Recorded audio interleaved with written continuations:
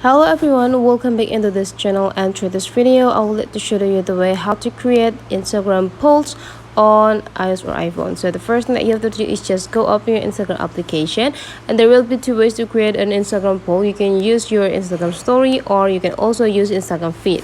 If you want to use the Instagram feed, make sure that you already upgrade your Instagram account into the newest version, and after that you just need to go click this plus button. Now you just need to choose the picture or the content for the poll, and after that you just need to go click next and go click next again until you arrived in this section. And now you can see like something written in the below part here. So write a caption or add a poll, so you just need to go click it. If you want to create a poll, go click this button. And now you just need to prepare the questions that you want to ask into your audience. So let's say,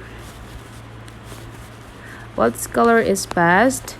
And then you just need to read in the option. And whenever you're done, you just need to go click OK. And after that, if you are ready to upload this into your feed, you just need to go click share, and you already got the content with the polls on it. So that's the way how to create polls on Instagram. Hopefully this tutorial today is useful for you. So don't forget to leave some comment, like, and subscribe into this channel, and I'll see you for the next video.